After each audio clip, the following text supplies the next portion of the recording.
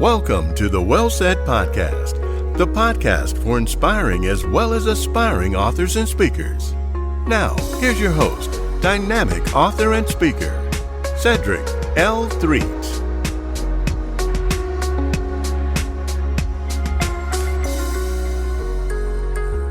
Well, hello, everybody, and welcome once again to the Well Said Podcast. You know what I call you? Great people. Welcome, great people. And you know why I call you great?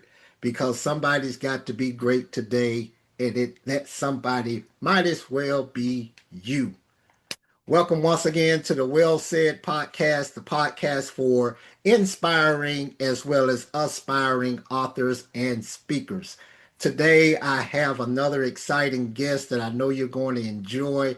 This young lady has written several books that will inspire you. But before we get to the interview, you know what you got to do.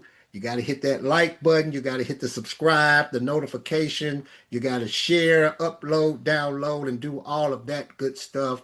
But it's going to be great. I want to introduce my guest. Her name is Miss Chandra Sparks-Splond. She is an editor, speaker, and award-winning journalist, author, and blogger. She is the owner of West End Publishing, LLC, and was the consulting editor for Albuquerque Romance at Kensington Publishing. She has also edited for HarperCollins, Christian, Random House, Moody Publishers, Kimani Press, and Hyperion, as well as several New York Times, USA Today, and Essence best-selling authors. She was a copy editor for Good Housekeeping, Newsday, and The Morning Call, and has consulted with the Birmingham Times and written for Black and Married with Kids, Brides Noir, Wedding Pages, and Romantic Times. Ladies and gentlemen, I would like to introduce you to my dear friend, the very accomplished and beautiful, talented Miss Chandra Sparks-Splond. How you doing, Miss Chandra? I'm good. It's actually pronounced Chandra. See, I'm messing up already, y'all. I've been knowing her this long, and I'm still messing up her name. That's just It's what I all do. good. It's good. Thank you so much for having me this evening. I really appreciate it. You're welcome. You're welcome. Thanks for agreeing to come on. So you have Absolutely. a plethora of books, and I just read all of these accolades, and I'm proud of myself for being able to pronounce brides noir because I took 3 years of French in high school, so I do remember that word. It's spelled Noir, y'all. So most people said Nor, but it's noir. Yes, yes. So I So got that right, even if I didn't get the Chandra right. it's okay. It's all good. Yeah. What tell us about this book that we're going to be talking about today? All right. Well, Secret Weapon is actually my 18th release. Wow. I write mainly for teens and tweens, and I always wanted to do a book for younger boys, so for middle grade boys. Hmm. So in the book, there's a cover. I don't know if you All can see right. it, but in the book, the main character is named Kingston Evan Marshall, and he goes by King. Um, and he's what's been going on is he's been bullied at school last school year. So his mom has decided to move him to a new school. Hmm. So he is going through changing schools, trying to figure out where he fits in, how this new school is going to be an impact and getting over the impact of being bullied. Yeah. He also loves basketball, and he has spent the entire summer trying to perfect his basketball playing skills. So he's had a lot going on, and of course, as I like to do, there's always a little secret and a couple of twists thrown in. So Hmm. that's Kingston in a nutshell. Yeah, I like that, and I was reading some of it, and I like the fact that you are approaching kids where they are because so Yeah. many kids go through exactly what he's going. They're being bullied in school. Their parents may decide to move to another neighborhood, or if they don't move to another neighborhood, at least move them to another school. And Right. being the new kid in school is a challenge. I mean, no matter what age you're at, you could be 5 years old or 15 years old. Being the new kid is quite a challenge. Wouldn't you agree? I do. I absolutely do agree. And we're saying kids, but that happens with adults too. Yeah. Starting a new job, moving to a Mm-hmm. new city, Mm-hmm. anywhere. It can always be hard. Yeah.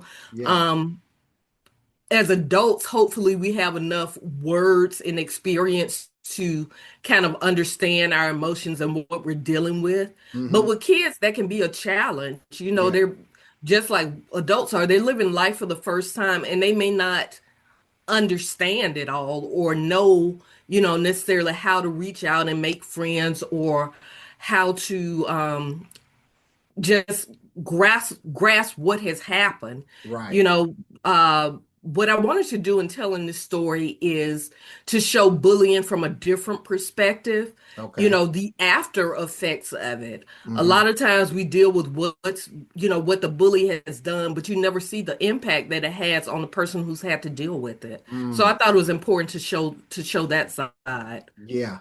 Yeah. And I just heard a story here recently, and these stories have been happening all over the country, been all over the news, where another teen has actually committed suicide as a Yeah. result from being bullied in school. So Yes. it's a serious problem, and the way you address it is so unique and so great in this book, and telling the other side of it and how it affects people. I think it's really going to bless a lot of people by doing it that way. So what is your, I would say, what is your goal with the book? You mentioned seeing it from the other side. Along with that, what else would you like people to take away from reading this book? I think one of the biggest things is to show that, um, to be kind. Mm, That's very simple. And treat people the way you want to be treated. yeah, yeah. Those are huge lessons, Hmm. again, that maybe not even adults have gotten. But I always like to include those kind of lessons in my books because even if you're telling a child, oh, be kind, treat people the way you want to be treated, Right. sometimes they'll blow you off, but it's more, a lot of times more impactful if it comes from a kid their age. Hmm. So that's why I like including those kind of lessons and stories. Yeah. Yeah. And I like the way in the book, not only making it relatable from the story's point of view, but even with some of the names of the places that you use, I could relate to those places because I lived in some of those places, and the way Yes. you put those in the story and twisted them in there, I thought that was so cool the way you did that. And I'm pretty sure people who are from those areas, they can appreciate that as well. What do you think? Absolutely, and I intentionally do that. A lot of times I'll make up like school names or Hmm. whatever, but I Yeah, always drop some actual places in there. You may run to the Walmart on Lakeshore or, yeah.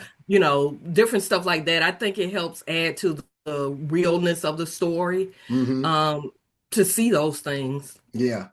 Yeah, what I like to do is, because people, they struggle with what to name this and what to name that, even when it comes to characters. And what Yeah. I'll do is I might take a street name and put it in there, or I may take two of my friends' names and I will use one friend's first name and the other friend's last name to make up a Yes. name. And in a book I just finished writing, I used the name of a school. I called it West Valley Elementary Hmm. School, which I was combining West End with Jones Valley. Right. So, so that's how you could do it. All you other authors out there who are stuck on how to name places or how to come up with character names, that's an inside secret that you could use right there. Absolutely. And I do the same thing. Yeah. Like, in a lot of my books, you'll have a school that appears, and just based on the description, you'll know, oh, this is this school. Yeah. So I purposely do those things. Hmm. Um, Again, I just think it adds to the makes it real, and it adds to the fun too when you're going through and you're like, hey, like this sounds really familiar. Yeah. So Yeah. So now tell the people you mentioned 18 books. I think that is a major accomplishment. Tell the people, how did you get started in all of this? How or why did you get started? Tell the people about the beginning. okay, well, I wanted to write books since I was 14 years old. Okay. So, I didn't know back then how I was going to do it. It was just a dream I had. I've loved reading my Hmm. entire life. Yeah. And honestly, I didn't realize it's kind of crazy to say this now, but I didn't realize that Black people could write books. Because all the ones I had read, I was reading a lot of Judy Blume and Francine Pascal and, Hmm. authors like that. Yeah. So I was in the library here in Birmingham one day and was looking at the bookshelf, and I saw, was looking at the spines of the book trying to figure out what I was going to check out. And I saw the name J. California Cooper, and I'm like, oh, wow, like that's a really cool name. Hmm. Pulled the book off the shelf, looked at the back, and it was a picture of a Black author. And I'm Yeah. like, oh my goodness, like there's a Black person who actually wrote a book. So I was so excited when I saw that, and it was just the spark I needed to know that my dream could come true. So as I got ready to go off to college, I'd already made this decision that I wanted to write books. Mm. My mom asked me what I wanted to do with my life, and when I told her that I wanted to write books, she's like, Uh-huh. authors don't make any money. You need to find a career to fall back on. So I decided to major in journalism because that was the closest I could get to actually writing books. Hmm. But I found that I didn't like journalism because the writing was too structured. Hmm. And then my senior year of college, I actually ended up taking a class in copy editing. Okay. I didn't realize it at the time that there was a name for what I had been doing all my life, which was correcting, people, Hmm. correcting errors and stories. If I saw a typo, it's like my eyes would zone into it. Yeah. So when I took that class, I absolutely fell in love with it, and I decided that's the career path that I wanted to go on. Hmm. So I ended up everywhere I went while I was in college, I would tell people, "Oh, I want to be a copy editor."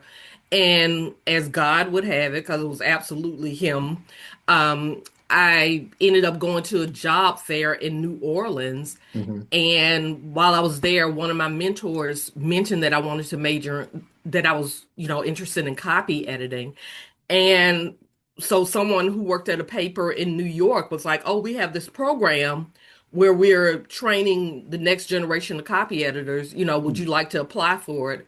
And I'm like, I'm not going to New York. Like, are you kidding me?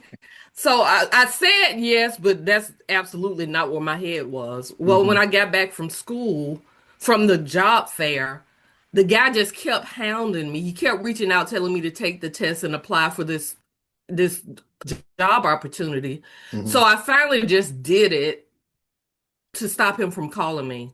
Mm. Ended up getting the job. So I actually moved to New York 2 weeks after I graduated from college. Wow. And I was part of this minority editorial training program. It Hmm. was a 2-year program. So the first year I worked in New York. The second year I actually moved to Pennsylvania. Hmm. And I worked in as an editor for 2 different newspapers. And Hmm. while I was there, it occurred to me that I still wanted to be able to write books. And at that time, it was becoming like Black books were really becoming a thing. Like there was, romance lines and all this stuff happening. Hmm. So I realized that I needed experience editing longer pieces if I wanted to one day get connected to book editing. Hmm. So I decided to apply for jobs at magazines, and I ended up getting offered a job at Good Housekeeping magazine. So I moved back to New York, and that name Again, one of those God things. It opened doors and it allowed me to start doing freelance book editing. Yeah. And I've actually been doing freelance book editing since about 1997. Hmm. It's something I still continue to do. But as far as the writing my books are concerned, Hmm. um, around 2004, after I had my daughter, it occurred to me that my dream of writing books hadn't come true. And I wanted to be the type of parent who, rather than telling her she could make her dreams come true, I wanted to be able to show her. Yeah. So I challenged myself to write a book before she turned a year old. Mm. I finished my first manuscript a month after her first birthday. Once Wow. I did that, I challenged myself to land a book deal before she turned two. Hmm. And I received the offer for my first book, Spin It Like That, 2 months after her second birthday. Mm. And I have been blessed to publish books ever since. Okay. Wow. That is so awesome. From the streets of Birmingham, Alabama, Yes, all the way to the Big Apple. yes, Can yes. anything good come out of Birmingham? See, Amen. Amen. listen to that, people. That's she is living proof that it doesn't matter where you're from, who you are. If you have a dream, you have a goal, I say go for it. She did not Absolutely. let any obstacles stop her. She went out there and she went for it, and she's living proof that it can be done. Again, Yes. that's why this is the podcast for inspiring as well as aspiring authors and speakers, because somebody out there, they may be aspiring to be an author, but they don't think they can do it. Yeah. Well, she's living proof that it can be done. Now, you mentioned going to New York and Pennsylvania and all of these places. Is that where you built your relationships with all of these places I mentioned in your bio, like HarperCollins and Hyperion and all of those? It's where I started building the relationships. Absolutely. Hmm. I worked as at Kensington Publishing as the consulting editor for BET Books Arabesque, which Okay. some people may remember back in the day was a Black romance imprint. Hmm. So I was consulting for that. So I was responsible for acquiring about 60 books a year. Hmm. Um, and that allowed me, of course, to make a lot of connections. Yeah. And then, from there, I was able to continue building what I had grown. I was able to connect with different authors, because I guess my thought process always was just like you have people reading books Hmm. or writing books, you have people, you're going to need editors for them. So Right. I would just reach out to people, who Hmm. I knew were writing books or had published a book. And hey, if you're looking for an editor, or if you know someone who's looking for an editor, can you please consider referring me?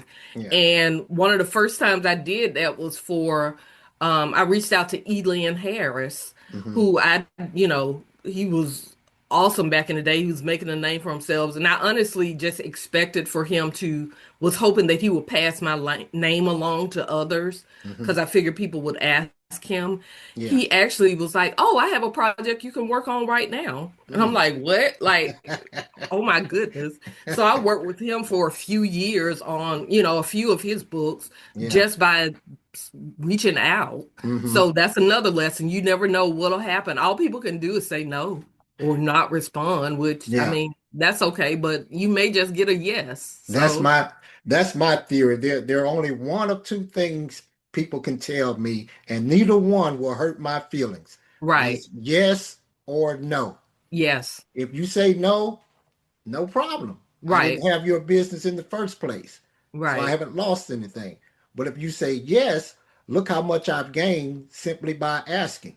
Yes. A Absolutely. closed mouth doesn't get fed. At all. At so all. so So, and again, that's a testament to your having confidence in yourself and believing in yourself and what you are doing and just going out there and doing it. Now, yeah. when it comes to the editing, this is always my problem. Like you mentioned, you can see stuff right away. I could see something somebody else writes right away. I can see an error. But when it comes to my own writing, I'll let other people read it and they'll show me an error that I never even knew was there because it's my own stuff. So it's always best, people, to let somebody else's eyes see your work. That's why you need Absolutely. editors to do that. And that's great. What do you say to people who may be thinking about going on this journey of maybe becoming a journalist or an author or anything like that? What do you say? What kind of advice would you like to give the people? I say to just do it, to absolutely just write. Mm-hmm. You know, there's nothing anyone can do with an idea in your head.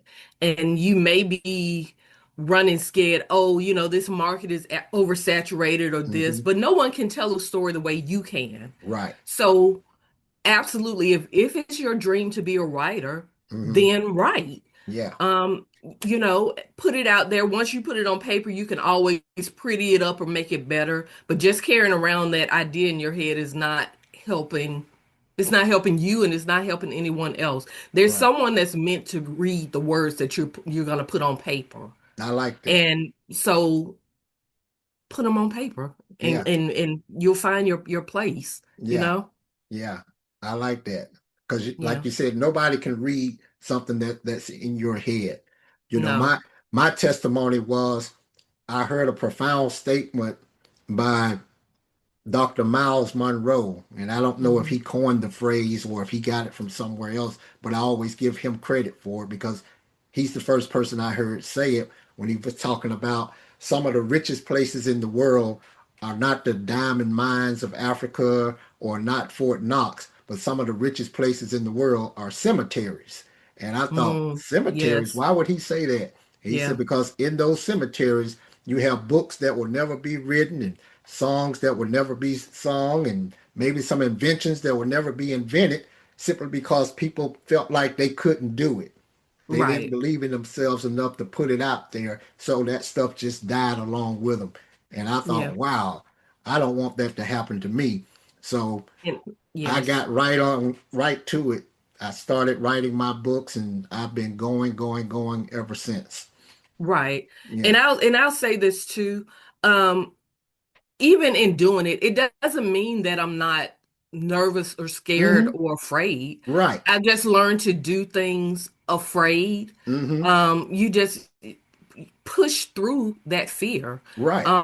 You just if you want things to happen with every book, even after I've published 18 books, with Mm-hmm. every one that comes out, I'm terrified. Yeah. Are people gonna like me or Mm-hmm. not like me, like the book? Right. Are they gonna like this story? Are they gonna have good things to say about it? Mm-hmm. That's just all part of the process Mm-hmm. for me. Yeah. And for most authors that I know, they feel the same way. Like, Mm-hmm. but on the flip side of that, there is nothing that fills my soul more than pulling that book out of the box for the first time and seeing my name on the cover. There's Absolutely. nothing that compare to that. Absolutely. Yeah. Absolutely. Absolutely. I was speaking at an event. I think it was one of our Toastmasters meeting we were having where we did our speeches, and I wrote a speech about how to leave a legacy. Everybody wants to leave a legacy when they Hmm. when they pass away. And my speech was about the best way I feel like you could leave a legacy is to write a book because Hmm. that book will be here long after you're gone. I mean, Absolutely. you think of people. I always use the example of, since I do children's books, I use the example of Dr. Seuss. Dr. Seuss is dead and gone, but we're still reading Dr. Seuss books. And that's what's going to happen with your books. That's what's going to happen with my books. People are going to be reading these long after we're gone. So it's a perfect way to leave a legacy and bless people long Yes. after you're gone. So I think it's just great what you do. Now, when it comes to the publishing side of it, now all of my books are self-published, but you mentioned all of these major publishing houses that you work with, and I think that's great. So you actually know both sides of it, and you've seen the ins and outs of all of it. Tell the people about how that system works. Right. Well, a lot of the stuff that's mentioned in my bio is those are actually places that I have done editing for. Mm-hmm. Um, but my first three books were traditionally published. Mm-hmm. So I published BT Books had an imprint called Kamani True, Mm-hmm. which was for young adults. So all the books in the imprint were young adults, Yeah. and um, it was just a blessing to be able to do it. As far as being on both sides of the paper, yes, I've written for those publishers, I've edited for them, and I just totally forgot your question, Cedric. I'm sorry. What I was just saying, tell people you've seen both sides, like the traditional publishing side and the Hmm. self-publishing side. You've seen Right. both of it. And I guess what I'm asking is tell the people how do you go about, well, first of all, let me go back to this dealing with rejection because so many people, one of the reasons why they won't do this or they're afraid to do this is because they're afraid of rejection. They don't like Hmm. rejection. I know when I started, I sent my book off my manuscript off to so many traditional publishers, and I have a stack of rejection notices this thick, but I Yes. kept going. So how do you deal with, or did you get any rejection when you first started out? I absolutely got rejection letters. Rejection is just part of it. Mm-hmm. Um, just like there are different books for different people, there are Mm-hmm. different publishers for different authors. Right. So, I mean, just because you get a rejection letter doesn't mean that your book is not good. It doesn't Right. mean that it's not sellable. You just haven't connected with the right person Mm-hmm. or publisher yet. Right. So, it should absolutely not mean that you shouldn't keep going. Mm-hmm. You should. You just have to find your fit. Maybe Right. that fit for you is traditional publishing. Maybe it's self-publishing. Mm-hmm. So you can put your work out there yourself. Either one of them is fine. They both have their pros and cons, Right. but you absolutely should not let one person's opinion of you Mm-hmm. Mm-hmm. keep you from doing something that you dream of. Right. And that's something that I tell my authors all the time. Mm-hmm. You gonna let this one person, you don't know what's going on. If you send in a romance novel to a romance publisher, that person may not like light-skinned men. So Mm-hmm. they reject your book. Right. You're gonna let that keep you from your dream because of some person's, opinion? Yeah. No, Yeah. absolutely not. Right. Right. So now in the 18 books you've read, I get this question all the time. Do you have a favorite? Um, I think I have a few of them that are favorites for different reasons. Mm-hmm. I hear people say all the time, it's like asking who's your favorite child. Yeah. For me, I think the one that's nearest and dearest to my heart is probably my first book, Spin It Like That. Mm-hmm. And that's because it was the first time I ever saw my dream come true. Mm. And I realized, oh, like I can actually write a book Yeah. and not only write it, like it's been published through a traditional publisher. Like there were so many emotions that still come with Yeah. that book. Like I literally have sat down, written a book, and it's out there in the world for Yeah. others to enjoy. Yeah. And to me, and I'm sure you get this too, it's a humbling experience It is. because I take every book sale as a compliment. Yeah. I mean, somebody has taken their hard-earned money and purchased something that I, through the grace of God, have created. Yes, I'm always humbled by that. It's a humbling experience. And it like you is. said, I'm always nervous when I first put it out. Even when it comes to speaking in front of an audience. I'm always nervous before I speak, but once I start talking, then hey, I'm just having a conversation. And that's Right. the way it goes. But if you're not nervous, then that means you're depending on yourself anyway. You need to Yes. be nervous. Being nervous means that you know you got to have the Holy Spirit guiding you through this anyway, and you need to lean on Him. So that is so, so awesome. Now tell us about one of your other books. You mentioned Spin It Like That. This one is called Secret Weapon. So Yes. what else do you have? And are they all geared towards your target audience? Is it always young adults? It is not. I actually have written a few books for middle grade readers. I Okay. have probably the large bulk of them are for young adults, but Mm-hmm. I also have a few for the new adult age market, which is about ages 18 to 30. Okay. And I have a poetry book and a couple of journals as well. Ah, So, yeah. So now so did I you? try and I all my books, I mean, the characters are just gonna they're gonna be black. I Mm-hmm. mean, and that's just one of the main reasons is because growing up, I didn't see book covers with people who look like me. I didn't Yeah. see stories about things that my friends and I would do. So Mm-hmm. that's always very important. So I unapologetically Mm-hmm. write for, black people. Yeah. Yeah. And I think that's great because it's needed.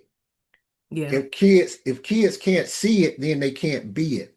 Then right. they need to see that. And for you to put that out there for them, I think that's awesome. That is great because when a child or a young adult or whoever, when they see this and when they read this, then I'm pretty sure it touches their heart in a different way, as opposed to, not that there's anything wrong with the other books, but when you can see yourself in this, that makes all the difference in the world.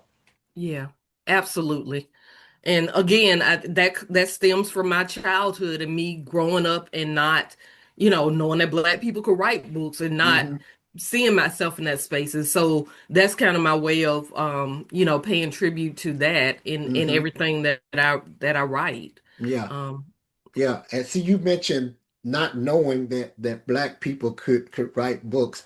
That always takes me back when I hear somebody say something like that. It takes me back to a time where I was volunteering at a local high school, and we were helping these kids prepare for the exit exam back when they had to do that.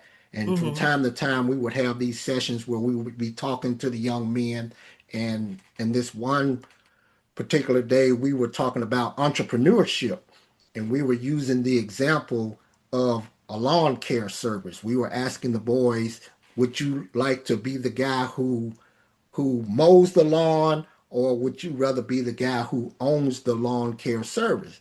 mhm, And all of them said they would like to be the guy who mows the lawn, which there's nothing wrong with that. You're making an right. honest living, and that's great. But we kept asking them, well, wouldn't you like to own it? And one kid, he raised his hand and he said, nobody ever told me I could.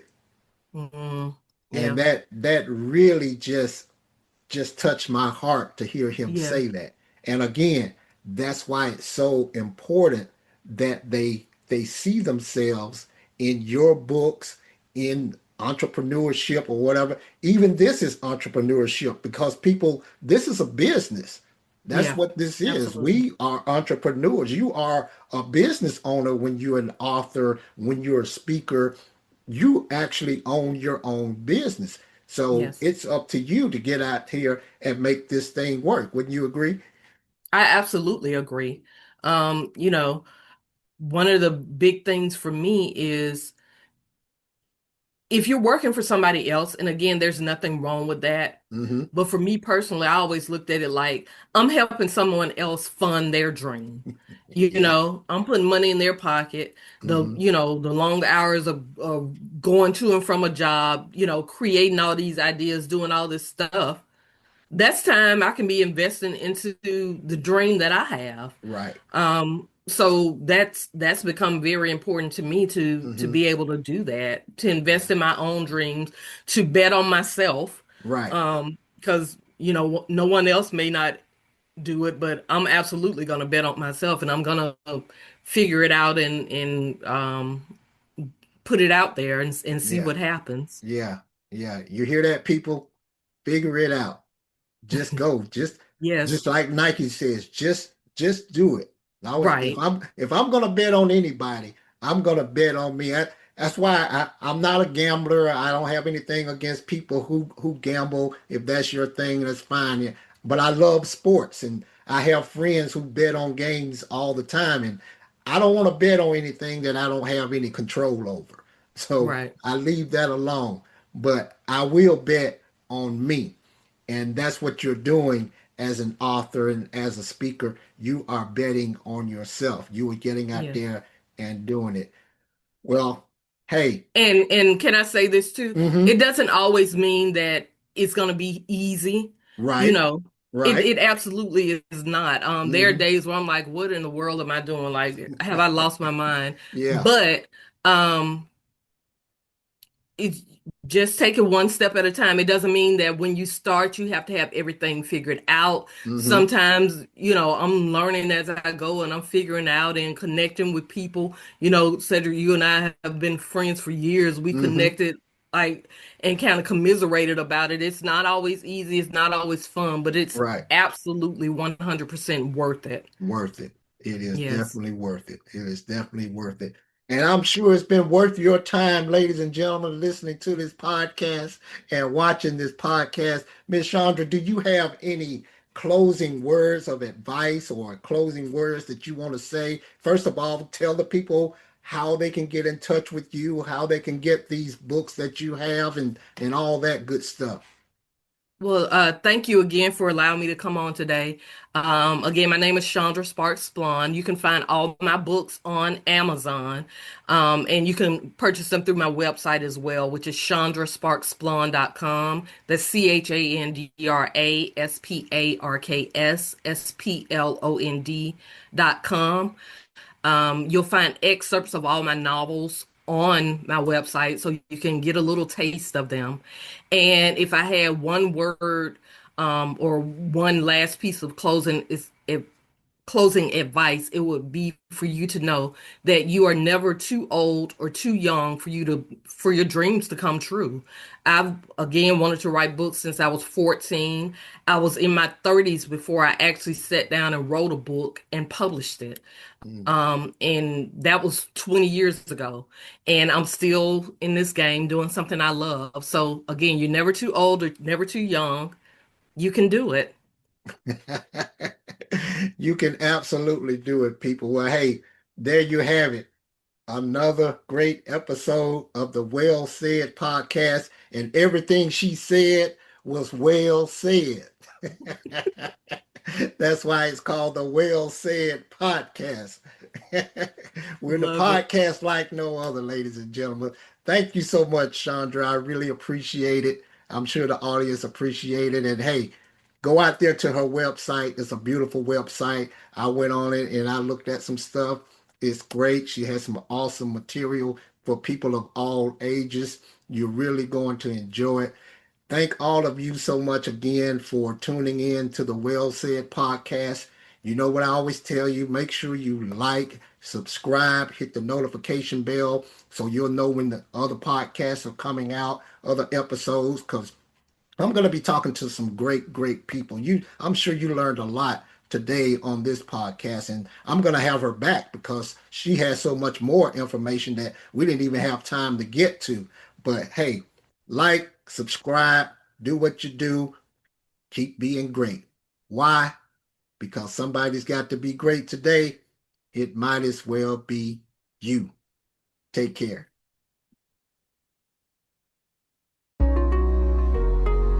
Thanks for listening to the Well Said podcast. Tune in next time for another exciting and informative edition. If you need help on how to become an author or speaker, contact Cedric at cedric3.com. And thanks again for listening to the Well Said podcast.